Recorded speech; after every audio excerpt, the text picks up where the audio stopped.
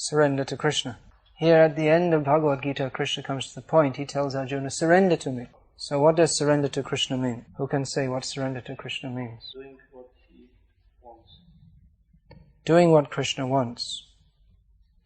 That's correct. What else? Well, we should do it with love. Do it with love. Here Prabhupada is quoted from Hari Bhakti Vilas. Shalvidha Sharanagati.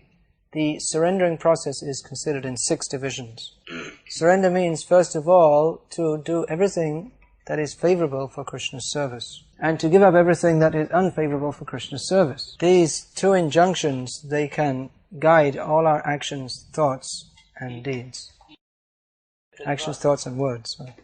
We should always consider if what I'm doing is going to help me advance in devotional service or not. There are so many rules and regulations of spiritual life. So these are not arbitrary, that we just thought we'd make some rules just to torture everybody. But all these rules are to help us advance in Krishna consciousness. By bringing out our Krishna consciousness, by developing our dormant Krishna consciousness, and protecting us from the illusory energy called Maya. Chaitanya Mahaprabhu has said, Nitya Siddha Krishna Prem Shadda Kabunoi Shravanadi Shuddha Chitte Kariye Udoy. The Krishna consciousness is natural. It's there in everyone's heart. But it has to be reawakened by the process of hearing and chanting about Krishna. So we find that all the rules and regulations of devotional service, they're based upon hearing and chanting about Krishna. That hearing and chanting about Krishna, as we go on and on, that awakens our feelings for Krishna. Hare Krishna Maha Mantra Eto Shobhav Jai Jape Tare Krishna Upajai Bhav is the nature of the Hare Krishna Maha Mantra. That anyone who chants it, their feelings for Krishna automatically arise. So there's so many rules and regulations are there. Chant Hare Krishna Maha Mantra on beads, chant in kirtan also, hear Srimad Bhagavatam from devotees. So all this hearing and chanting puts us in the Krishna conscious atmosphere. Then our dormant Krishna consciousness, which is in our hearts, that becomes awakened. As that famous quote from Srila Prabhupada, that Krishna consciousness is not an artificial imposition on the mind. It's natural, just like for a child to walk and talk, it's natural. That ability is there when he's born, but it has to be brought out in due course of time. So Krishna consciousness is the process that brings out our natural Krishna consciousness. And as well as the rules, do this, hear and chant about Krishna, there are also negative injunctions. Just like don't eat meat, don't associate with non-devotees, don't talk nonsense. Because these activities will pollute our consciousness. That progress we're making, trying to come out of the material energy and come to our natural position of Krishna consciousness, that will be impeded. So there are so many rules, do's and do nots, and they all have a purpose to help us become Krishna conscious. We may not understand the reason for the rules, but every rule has its purpose. Just like we may think, well, why rise very early in the morning by 4 o'clock? Why not rise by 8 o'clock and chant Hare Krishna then? It seems to be quite a reasonable proposition. And in the beginning, even, we may not ask someone to rise early in the morning, we may just ask them to chant Hare Krishna. But as they become more serious, we gradually introduce all these rules and regulations. When they begin to chant, they feel a taste, gradually by chanting, a taste for Krishna consciousness arises. So as that taste develops, naturally people inquire, well, how do I accelerate this process of becoming Krishna conscious? If we tell them in the first thing we meet people, they say, well, what do I have to do? The first thing is you have to rise by 2 o'clock in the morning. Then they may not be very interested. But if we tell them, just chant Hare Krishna, then automatically by themselves after some time they'll inquire, how can I make more advancement? So Rupa Goswami has advised that we should somehow rather bring people to Krishna consciousness. Yena tena prakarena mana krishnena veshayet sarva vidhi nishedasya etaya eva kinkara. Somehow or other bring people to Krishna consciousness. The rules and regulations, they can be introduced later. So why rise early in the morning? Because that time is more conducive to spiritual practices. The atmosphere then at that time is more, very strongly in the mode of goodness. So it becomes much easier to chant clearly, to concentrate our mind on the chanting. And there are physical reasons also. It's actually not very healthy to sleep after sunrise. It upsets this subtle psychic substance of the body, subtle psychic setup of the body. So all these rules, just like we have to take bath regularly. So you may think, why? That's all. There are so many reasons. It's for hygienic reasons. It also helps to keep the consciousness very fresh if we regularly take shower. So all these rules and regulations have a reason. And the underlying reason for all of them is to help us advance in Krishna consciousness. So a devotee who's interested in surrendering to Krishna does everything favorable for becoming Krishna conscious and rejects everything unfavorable. That is his basic attitude. Sometimes it requires some intelligence to understand exactly what to do. Just like Arjuna, at the beginning, before Bhagavad Gita was spoken, he was perplexed what to do. Arjuna thought that fighting doesn't seem to be very good in this situation. He wasn't afraid of fighting. He was born to fight. He had engaged in so many fights. He was famous as a great warrior. He was a fighter for the cause of dharma, fighting to uphold the principles of religion. But on this occasion, he thought that fighting was not very good, because so many of his family members and respected elders would be certain to be killed. So Krishna explained to him that actually, yes, you should fight. So in this situation, for Arjuna to fight, that would be his surrender to Krishna. As Krishna explains here in the Bhagavad Gita, that every endeavor is covered with some kind of fault. Whatever you do, there's always some kind of reaction that may not be very favorable. So we have to see, what does Krishna want? Sometimes it can be quite complex to understand. Therefore, we have the spiritual master as the representative of Krishna to explain to us exactly what to do. So, anukulyasya sankalpa. Sankalpa means firm vow, fixed decision, that whatever is favorable for my advancement in Krishna consciousness, I must do. And pratikulyasya varjanam, that which is going to impede my advancement, give it up. Then, what is the faith of the devotee in Krishna? What is his attitude in devotional service? Following the rules and regulations is very nice, but how do we actually consider Krishna? We're surrendering to Krishna, not simply to a set of rules and regulations. So, how do we perceive Krishna? Krishna is a person. What is our relationship with him? That he is the master, we are the servant. This is the meaning of surrender, to accept Krishna, Krishnatmanath, to accept Krishna as the Lord of our lives. The next it is said, Rakshishyatiti Vishvaso, to have firm faith that Krishna will protect me. If I sincerely endeavor to serve Krishna according to the system given by the acharyas, then surely Krishna will protect me. Krishna will help me. Krishna will look after me. That is the attitude of a devotee. That let me try to serve Krishna to the best of my ability. And surely Krishna will help me. Surely Krishna will protect me. That Chaitanya Mahaprabhu was singing, Krishna, Krishna, Krishna, Krishna, Krishna, Krishna, Rakshama, Krishna, Krishna, Krishna, Krishna, Krishna, Krishna, Pahima. My Lord Krishna, please protect me. And please maintain me. That is in the next line, Guptridve Varanang Tata. Accepting that Krishna is maintaining me. I don't have to go to anyone else. Krishna says, Mam ekam sharanam vraja. Surrender to me only, not to any demigod. Firm faith that Krishna alone will protect me. So this also, in the system of devotional service, we should have faith that whatever has been given to us by our acharyas, that in itself is complete and perfect for advancement in Krishna consciousness. Just like we know, we only have to serve Krishna. We're not going to any demigod or this or that. So the same idea, we simply follow what Prabhupada has given us. Prabhupada is the representative of Krishna, who is the founder acharya of the golden age of Krishna consciousness in this Kali Yuga. So whatever he's given us is complete and perfect for making advancement in Krishna consciousness. Krishna has empowered him to teach us what we need to know about Krishna. So he has given us all instructions in the philosophy and practice of Krishna consciousness. So we don't need to go to any external source. We don't need to consult dozens of kami books about how to organize our temples and organize our lives, because Prabhupada has told us everything. Of course, in management matters, we may have to consult some books of law or accounts according to the government system. But we don't need to introduce all so-called sophisticated ideas of corporate management. This is our disease. We want to make everything very complex. Temple of Krishna consciousness means we all live together, chant Hare Krishna, dance and be happy. And we engage in various services to satisfy Krishna.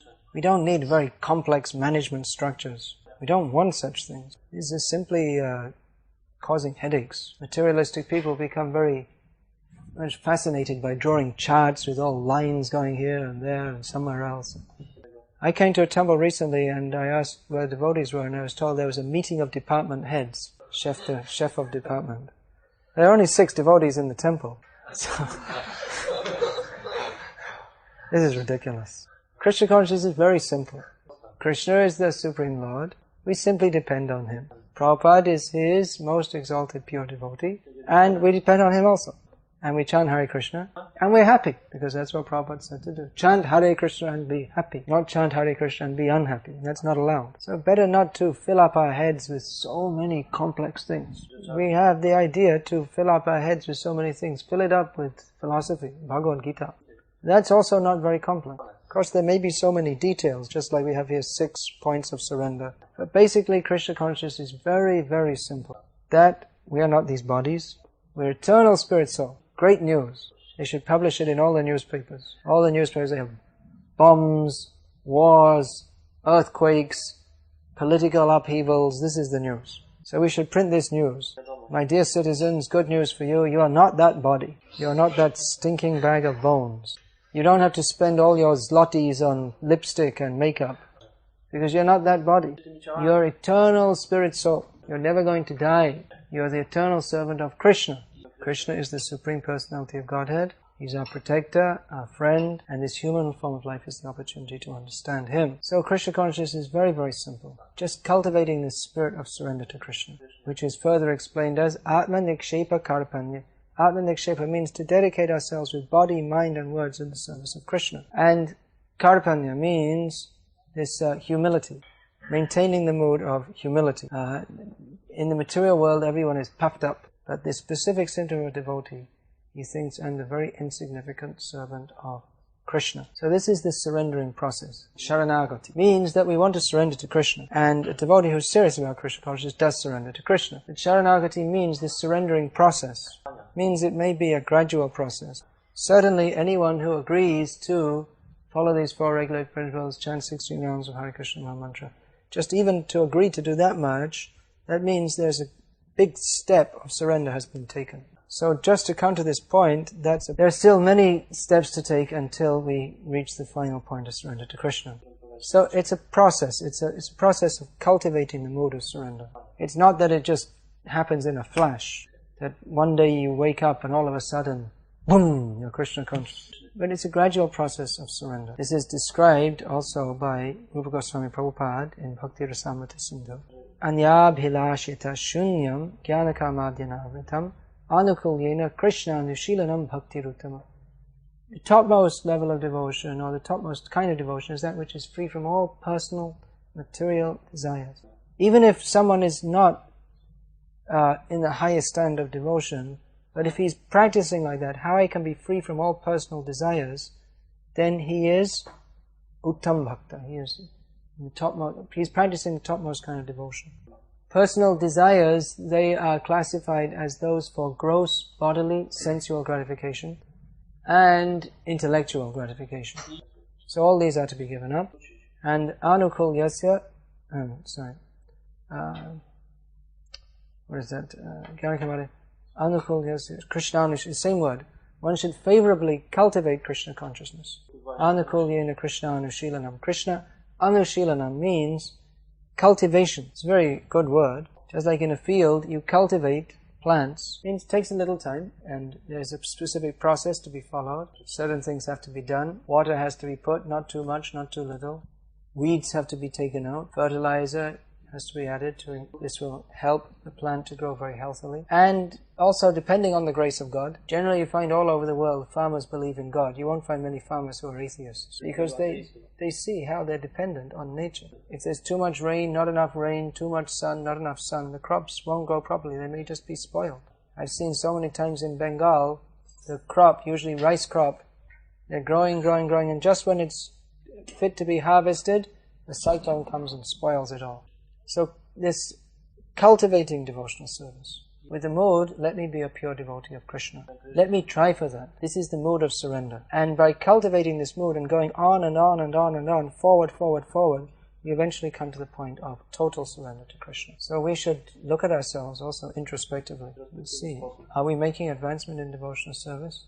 Are we increasing our love for Krishna? Are we becoming free from material desires? Are we becoming more surrendered? Are we chanting the holy names with more attention, more attachment? Are we becoming free from desires for false prestige? Are we becoming free from false ego? In this way we should examine constantly. It's like, another example we can give is just like driving a car, that we have to constantly adjust the steering wheel as we're going forward, so that we're going on the right course. Otherwise the tendency is to go off course. So we want to keep on course, back home, back to Godhead. So we hope to see everyone very soon back to Godhead. Don't get left behind. Many times you see devotees, they get on the bus going back to Godhead, but they get off at the wrong stop. Looks like there's something to enjoy here. Well, this bus is a little crowded. Maybe I'll get off and get on another one. Stay. Don't go away. Prabhupada said that if you just stay in this movement, chant 16 rounds a day without fail, follow the 4 regulated principles, you will surely go back home, back to God. So let's do it. Chant 16 rounds of the Hare Krishna Maha Mantra. That means chanting, not simply making some kind of sound, but chanting the names of Krishna, praying to Krishna. What is the mood of chanting? Ainanda tanuja kinkarang patitang mang vishame bhavam buddho kripaya tava pada pankaj stitidhuli sadrasham vichintaya. My dear Krishna, I'm your eternal servitor, yet I'm such a fool and a rascal that I left the shelter of your lotus feet. Now I'm suffering life after life in this material world. Please pick me up and place me back again in the dust of your lotus feet. So this is the mood in which we're chanting to Krishna, just like a child calls out for the mother. So this kind of chanting will help us become very quickly fully Krishna conscious, positively cultivating the mood of surrender to Krishna. So surrender to Krishna, this is our only aim and object. Due to the swirling waves of material nature, sometimes we forget that. But our only purpose is to develop our love for Krishna. So we should discuss these things regularly. This is keeping the steering wheel in the right position. Hare Krishna. Hare Krishna. Any question, please? You said that we should avoid this intellectual sense gratification, and what does it mean? Intellectual sense gratification means to take pleasure on the mental platform. Means studying so many useless theories, mentally speculating, using the mind that is required in Krishna consciousness. We're not robots. That means using our God-given intelligence to understand the philosophy of Krishna consciousness in detail, and using our intelligence to applying our intelligence in Krishna's service to get things done in Krishna's service. But intellectual sense gratification means filling our head with so many different theories which have got nothing to do with Krishna consciousness. It means accepting other concepts, it means accepting philosophical worldviews that are opposed to Krishna consciousness. Any other question? So he's asking while chanting that there is some mechanical process which can help us to concentrate. Prabhupada recommended chant loudly. Maybe we can't chant. If you can't chant loudly, what do you mean? If you have a sore throat? Just chant as loud as you can. Is a question? He's asking that in some kirtan, when the word belongs to chant loud and the other one cannot hear his sounds, and for example when it's winter and they can go out. Yeah, therefore sometimes we have exchanges of ras between devotees. That I was saying in the lecture exactly what to do in every situation. You have to see, you have to use your intelligence. Just like Arjuna was perplexed whether to fight or not. So Arjuna, he consulted Krishna. So if you have any problem which you can't sort out by yourself, you can ask your Sankirtan leader, who may make some compromise. Put a bucket over your head or something. I saw a photo of Sahodra Swami with a bucket over his head. He denies it's him, but I'm sure it is. But he says it can't be upheld in a court of law because you can't see who it is, because you can't see their head. Any other question? Because you said that in any circumstances, even if it's very hard, you should depend fully on Krishna. And she asked if you could, if your personal evidence or experience you had that was very difficult for you and Krishna helped you. Well, there are so many, why mine? I mean, the whole Bhagavatam is filled of stories of Prahlad Maharaj, Dhruva Maharaj, the Pandavas, Kunti Devi. We see Srila Prabhupada, we read in Srila Prabhupada Lilamrita, Prabhupada went through so many difficulties to spread Krishna consciousness. And we all have experiences, maybe not in the same degree as Prahlad Maharaj and Prabhupada, but this is a practical thing. It's not just some theoretical thing we're talking about. But we all go through difficulties. Just like our mind may become very disturbed if we're in a Sankirtan van and we're trying to chant and we can't hear because the person next to us is chanting too loud for us to hear. So in such a circumstance, instead of getting on the false ego platform, we think cool-headedly, now what does Krishna want me to do? What does my Guru want me to do? What does Prabhupada want me to do? So we all have such experiences. Maybe you can tell me yours. Yeah, isn't it a fact? Every devotee. It's not just a theory, it's a fact that we're living. It's good for devotees to take on difficulties in their lives. It helps us to surrender to Krishna more and more. If we keep our devotional practices strong, if we chant regularly, study Prabhupada's books regularly, hear the classes regularly, associate with devotees, then when difficulties come, we'll be able to see Krishna in those difficulties and turn to Krishna for help. And Krishna will help us. He may put us through severe tests, but He'll help us. And this helps us to advance more and more in Krishna consciousness as our faith becomes stronger and stronger. But if we're not strong in our practices of Krishna consciousness, then when difficulties come, we simply become overwhelmed by Maya. There's another question? You said that we should, if it's possible, consult our spiritual master about if we have some problem, but not always we can do it, so how we can become an expert in order to get... Right, not always we can do it because of lack of physical proximity. We may not want to disturb him also with every little problem we have. So, one thing is to develop our intelligence in Krishna consciousness, because all the time we have to make decisions. Life is full of decisions. Should I eat one extra plate of halava or not? Well, it seems like a good idea, but on the other hand, I have to go on Sankirtan, and my stomach's already painful because I ate so much. So you have to make a decision, to do or not to do, that is the question. So it's a matter of intelligence, mind over belly. So our own intelligence is one thing. And also the spiritual master may not be personally present, but his representatives are there. It means all the devotees, they are representing the parampara. So we can consult other devotees, especially more mature, experienced devotees. But if we do have some particular problem which is particularly disturbing our mind, if it's becoming a real obstacle in our devotional life, then we should certainly consult our spiritual master.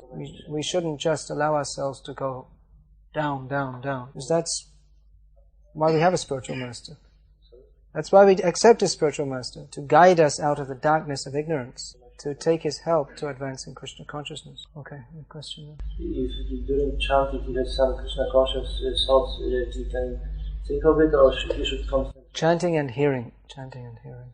Alright, last question. You also spoke about that Krishna makes tests for his devotees, so what is the purpose of this test? Well, that I also explained, that when there are difficulties and we face them in the proper way, then we become stronger. Just like a wrestler, he practices fighting to become strong. Without practicing fighting all the time, then he'll become weak and unfit. So the test is at the time of death. That's the whole life is heading towards that test. Sadhan karab, bhajan karab, mate jante hoy. All our practices in Krishna consciousness, they'll be tested at the time of death. So all these tests are to prepare us for that test. Hare Krishna. Hare Krishna. Srimad Bhagavad Gita as it is, ki jai. Srila Prabhupada ki jai. Samaveta Gaura Bhakta Vrinda ki jai.